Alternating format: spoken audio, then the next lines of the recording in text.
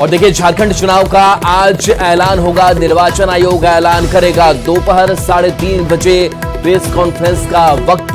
महाराष्ट्र चुनाव का भी ऐलान आज किया जाएगा। तो देखिए, झारखंड चुनाव को लेकर के यह बड़ी खबर। और आज निर्वाचन आयोग ऐलान कर देगा झारखंड चुनाव का। दोपहर 3:30 बजे प्रेस कॉन्फ्रेंस की जाएगी और इसी प्रेस कॉन्फ्रेंस के दौरान पूरा जो शेड्यूल है वो जारी कर दिया जाएगा। दिवाकर तिवारी, ब्यूरो चीफ, हमारे साथ जुड़ गए हैं। दिवाकर जी, आज निर्वाचन आयोग की तरफ से झारखंड चुनाव का ऐलान कर दिया जाएगा। किस तरीके से हलचल बढ़ने वाली है? देखिए, आज से गहमा-गहमी बढ़ जाएगी और जिस बात का इंतजार था झारखंड और महाराष्ट्र को, वो तिथि जो है आज आ गई है और आज जो है चुनाव की तारीखों की घोषणा हो जाएगी। 2 से 3 फेज में चुनाव कराए जाने की खबर आ रही है। चुनाव आयोग ने तैयारियां पूरी कर ली है। जो चीफ इलेक्टोरल ऑफिसर है, उन्होंने लगातार प्रेस कॉन्फ्रेंस करके इलेक्टोरल रोल हो या प्रशिक्षण हो या जो है जो सीजन संबंधी जो एहतियाती कदम है, उन सारे चीजों की जानकारी दे दी है। तो अब झारखंड में यह माना जा रहा है कि 15 नवंबर के बाद मतदान की तिथि मुकर्रर की जाएगी। यानी कि 15 नवंबर के बाद कभी भी जो है मतदान की तारीख जो है तय हो जाएगी। आज चुनाव आयोग की घोषणा के साथ ही जो है ये चुनाव आचार संहिता लग जाएगा और चुनाव आचार संहिता के वायलेशन के भी कई रूल्स होते हैं। वायलेशन होता है तो उस पर चुनाव आयोग सख्ती बरतता है। तो चुनाव आयोग, निर्वाचन आयोग की तरफ से आज ऐलान होगा, जिसका काफी इंतजार था। और चुनावी जो तैयारियां हैं विभिन्न राजनीतिक दलों की, वो भी लगभग जो है मुकम्मल होते नजर आ रही है। चाहे कोलिशन में सीटों का बंटवारा हो, उम्मीदवार तय करने हो, इसकी मीटिंग्स लगातार हो रही है। और ये माना जा रहा है कि अगले 1 हफ्ते में जो है तेजी से जो चुनावी कार्यक्रम होंगे राजनीतिक दलों को, वो देखने को मिलेंगे। अभी राहुल गांधी के भी कार्यक्रम होने हैं। प्रधानमंत्री का भी लगातार दौरा हो रहा है और बीजेपी के जो तमाम चुनाव प्रबंधन से जुड़े हुए लोग हैं, उनकी लगातार बैठकें हो रही है। तो अब सियासी गहमा-गहमी आज चुनाव के तारीखों के ऐलान के साथ ही बढ़ जाएगी। जी चलिए, बिल्कुल शुक्रिया दिवाकर इस अपडेट के लिए आपका।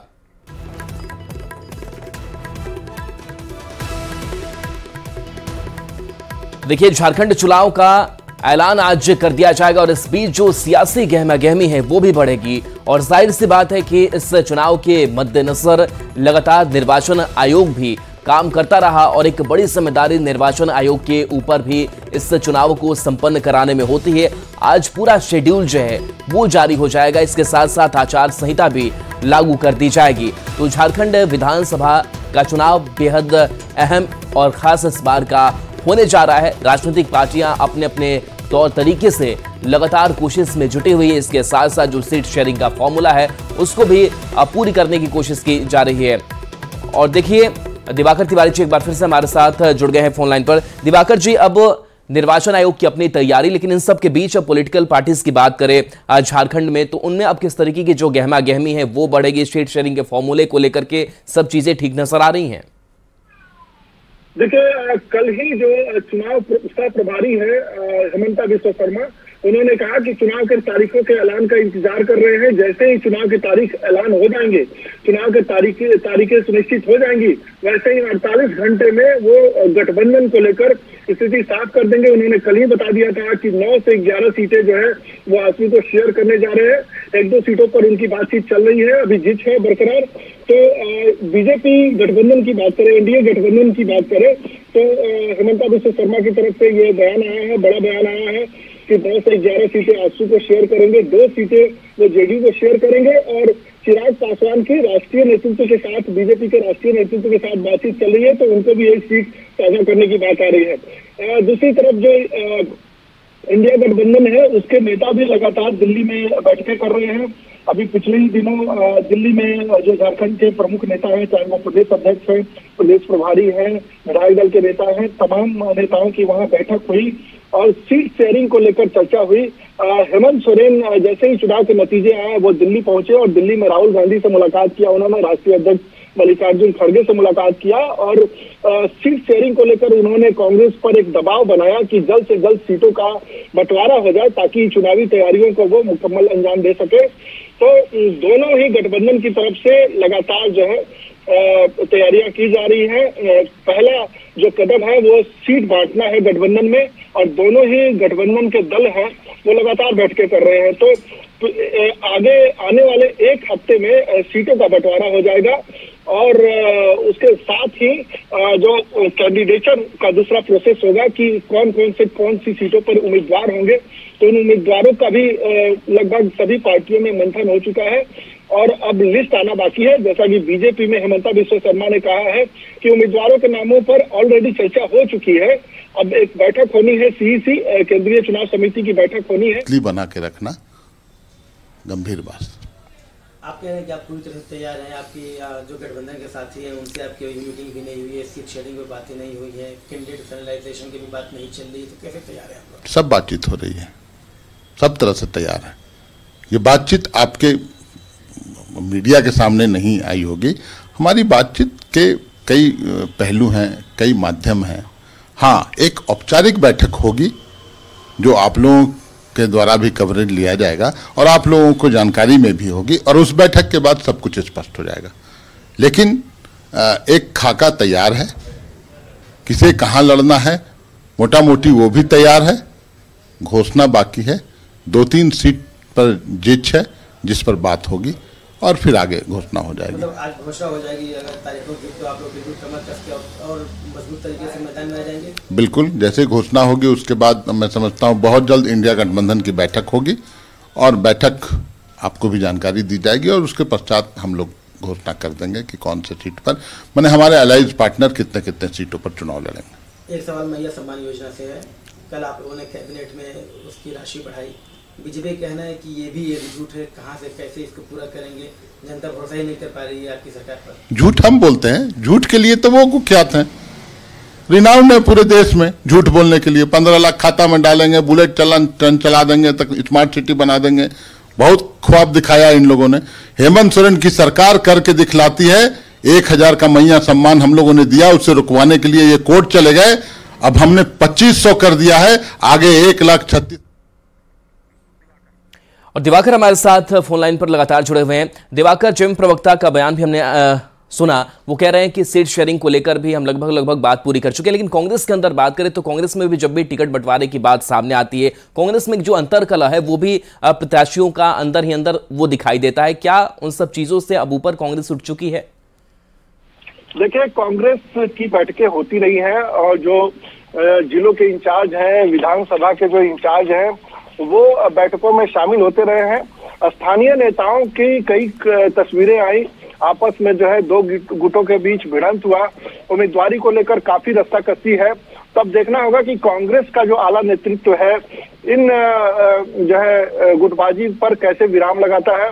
कांग्रेस ये जो प्रदेश नेतृत्व के नेता हैं, उन्होंने ज्यादा से ज्यादा सीटों पर दावेदारी अपनी ठोकी है। पिछली बार गठबंधन में उन्होंने 31 सीटें लड़ी थी, अब जो है 33 से 34 सीटें मांग रहे हैं जेएमएम से, और जेएमएम भी चाहती है कि पिछले चुनाव के मुकाबले वो ज्यादा से ज्यादा सीटों पे चुनाव लड़े, क्योंकि उनका स्ट्राइक रेट जो है कांग्रेस से बेहतर रहा है। तो ऐसे में देखना होगा कि बीच का रास्ता क्या निकलता है। आरजेडी की तरफ से भी इस बार ज्यादा सीटों की दावेदारी की जा रही है, और जो चॉइस की सीटें हैं उसको लेकर भी दावेदारी की जा रही है कि पिछली बार जिन सीटों को नहीं लड़ा था कांग्रेस ने, उन सीटों पर दावेदारी है, और जेएमएम की भी उन सीटों पर दावेदारी है। जैसे आदिवासी के लिए सुरक्षित, आदिवासियों के लिए सुरक्षित 28 सीटें हैं। जेएमएम चाहती है कि 28 में ज्यादातर सीटों पर वो चुनाव लड़े, क्योंकि उनका मानना है कि आदिवासी वोट बैंक में जेएमएम की जो पकड़ है वो कांग्रेस के मुकाबले काफी मजबूत है। तो ऐसी सीटों पे जेएमएम लड़ना चाहती है ताकि उसके सीटों की संख्या बढ़े, और बाद में जब सरकार का गठन हो। दिवाकर जी, आपके पास आएंगे। बीजेपी प्रदेश अध्यक्ष बाबूलाल मरांडी का भी इस बीच बयान एक सामने आया है, वो आपको पहले सुनाते हैं। हम कैसे बता सकते हैं यहाँ से भाई, अब दिल्ली बुलाए हैं तो हम बैठक में बैठेंगे, वहीं पता चलेगा कि क्या क्या एजेंडा है, तो अभी नहीं पता है। लेकिन मैं इतना कह सकता हूँ, चुनाव है झारखंड में तो चुनाव का ही एजेंडा होगा, दूसरा तो कोई एजेंडा नहीं होगा। उम्मीदवारों की पहली लिस्ट इस मीटिंग के बाद उम्मीद की जाए सर? अब ये तो इलेक्शन कमीशन तय करते हैं, इलेक्शन कमीशन कर, हमारी जो पार्टी का चुनाव समिति है वो तय करती है, हमारा विषय है नहीं वो। कल कैबिनेट में सर मैया सम्मान योजना की राशि जो है बढ़ाकर 2500 कर दी गई। अरे कितना जनता को ठगेगे भाई, अरे उनको 2500 करना तो भाई 3 महीना से जो दिया तो उस समय उनको देना चाहिए था, तो जनता समझ रही है। और उस कैबिनेट के निर्णय का क्या उनके ऊपर कैसे भरोसा करेगा, जब झारखंड की विधानसभा में 2020 के बजट सत्र में हम लोगों ने उनका प्रस्ताव पारित किया है, साथ दिया है, और उसमें से कहा था बेरोजगार युवकों को बीए पास को 5000, एमए पास को 7000, आज तक एक भी नौजवानों को नहीं दिया। तो और देखिए बीजेपी प्रवक्ता प्रफुल्ल शाहदेव हमारे साथ जुड़े हुए हैं, इसके साथ साथ जेएमएम के प्रवक्ता भी खत्री हमारे साथ जुड़े हुए हैं। और चलिए बीजेपी प्रवक्ता प्रफुल्ल शाहदेव, सबसे पहले आप ही के पास आते हैं। एक तरफ देखिए जेएमएम लगातार मास्टर स्ट्रोक खेल रही है और इस आचार संहिता के पहले ही मैया सम्मान योजना की जो राशि है वो बढ़ा दी गई। कई तरीके की लोक लुभावन बात जो है वो जेएमएम कह रही है। आपके पास किस तरीके की काट है और तैयारी क्या आप लोगों को सीट शेयरिंग को लेकर के?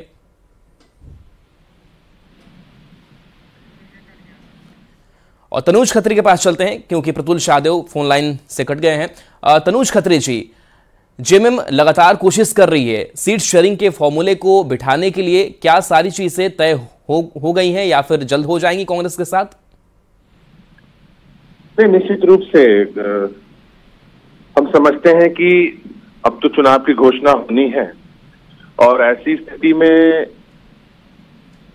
झारखंड में जो भी गठबंधन के दल हैं वो एक सूत्र में बंधे हुए हैं और उनका एक ही एजेंडा है कि जिस प्रकार से भारतीय जनता पार्टी ने लोगों को ठगने का काम किया, लोगों को छलने का काम किया, और जब उनकी सरकार थी तब भी उन्होंने ठगने का काम किया, और जब झारखंड के अंदर में वो हताशा निराशा में है तब भी वो कई तरह की इलीगल चीजें, फर्जी चीजें लोगों के सामने लेकर के जाने की एक नाकाम कोशिश कर रहे हैं। हम समझते हैं कि जनता अब आने वाले चुनाव में इसका माकूल जवाब देगी और मजबूती के साथ झारखंड मुक्ति मोर्चा और इंडिया गठबंधन भारतीय जनता पार्टी को शिकस्त देगा। तनुज जी, इस बार आपकी सहयोगी आरजेडी भी ज्यादा सीटों पर चुनाव लड़ने की मांग कर रही है। एक सीट पर वो चुनाव लड़ते हैं, जीत जाते हैं, मंत्री तक बन जाते हैं। इस बार क्या लग रहा है कि उन्हें थोड़ा और भाव देना पड़ेगा? देखिए, ये सारी चीजें हर एक राजनीतिक दल की इच्छा होती है कि वो ज्यादा से ज्यादा सीटों पर चुनाव लड़े, लेकिन फोकस जो है इंडिया गठबंधन का वो इसी पर है कि जो जीतने वाले लोग होंगे, भारतीय जनता पार्टी को हमें जड़ से उखाड़ करके फेंकना है। हालांकि उनके पास कोई जड़ बचा नहीं है, उसके लिए हम समझते हैं कि गठबंधन दल के सभी लोग एकजुट हैं और आने वाले समय में आपको उसका प्रारूप भी देखने को मिलेगा। चंपाई सोरेन इस बार आपका साथ छोड़ गए, इस बार लगता है कि इसका असर पड़ेगा आप लोगों के ऊपर? नहीं, इसका कोई पहले ही हम सबने कह दिया है कि इस सब चीजों का कोई असर पड़ने वाला नहीं। आज झारखंड के अंदर में भारतीय जनता पार्टी के पास तो कोई नेता नहीं है, वो तो दूसरे दलों से नेताओं को ला। आज कौन नेता है जो उनको नेतृत्व कर रहा है या उनका मुख्यमंत्री का चेहरा है? बता सकते हैं भारतीय जनता पार्टी के लोग? नहीं बता सकते हैं। इंडिया गठबंधन का एक चेहरा है, वो हेमंत सोरेन जी है, जिनको झूठे आरोप। चलिए, प्रवक्ता प्रफुल्ल शाहदेव भी हमारे साथ जुड़े हुए हैं। प्रफुल्ल जी, तनुज खत्री कह रहे हैं कि आपके पास सीएम का कोई चेहरा कहाँ है? भाई, अब हमारे सीएम के चेहरे पे इनको क्यों प्रॉब्लम हो रहा है? इनके सीएम के चेहरे पे तो कांग्रेस को ऑब्जेक्शन है। कांग्रेस के प्रभारी अब्दुल मीर ने कहा था कि हम रोटेशनल सीएम बनाएंगे अगर हम अच्छी संख्या जीत जाएंगे। तो ये तो रोटेशनल सीएम वाली यहाँ बात जहाँ कांग्रेस कर रही है, तो इनके यहाँ भी कौन मुख्यमंत्री अगले 2.5 वर्ष, ये तो पहली बार सत्ता में आने वाले हैं नहीं, आ भी गए तो रोटेशनल सीएम की जो बात थी ये तो बड़ी अजीब बात थी। देखिए, आज संभवतः चुनाव की घोषणा हो जाएगी और हालांकि इलेक्शन कमीशन ने किस मुद्दे पर प्रेस कॉन्फ्रेंस बुलाएगी अभी तक क्लियर नहीं है, लेकिन ये उम्मीद जताई जा रही है कि झारखंड और महाराष्ट्र के लिए चुनाव की घोषणा हो जाएगी। हम पूरे तरीके से तैयार हैं साहब, और हमारी जितनी भी पंचप्रंथे और जितनी भी योजनाएं थी सबको हम लोगों ने जो भी सोच रखी थी झारखंड के बारे में, वो जनता के बीच में हम धीरे धीरे लेकर जा रहे हैं। और अगले 1-2 दिनों के बाद हम 25 पॉइंट और लेकर जाएंगे, तो 150 पॉइंट लेकर जाएंगे। तो ये पूरे तरीके से मुकम्मल तैयारी है हमारी चुनाव को लेकर, और ये जनता भी उब गई है। 5 वर्षों का जो भ्रष्टाचार का नंगा नाच हुआ है झारखंड में, महिला उत्पीड़न की संख्या रिकॉर्ड संख्या पर पहुंच गई। भ्रष्टाचार के आरोप में मुख्यमंत्री जेल घुमाए, अभी केस का ट्रायल शुरू भी नहीं हुआ। एक पूर्व मंत्री आलमगीर आलम जेल में है, एक मंत्री के करीबियों के ठिकानों पर ईडी की छापेमारी मारी जा रही है, उसमें भी बहुत सारी चीजें जब्त होने की मीडिया में सूचनाएं आ रही है। तो भ्रष्टाचार भी इस चुनाव में एक बड़ा मुद्दा होगा। जी तनुज खत्री जी, जो विभागीय काम हुए उस पर भी बीजेपी सवाल उठा रही है।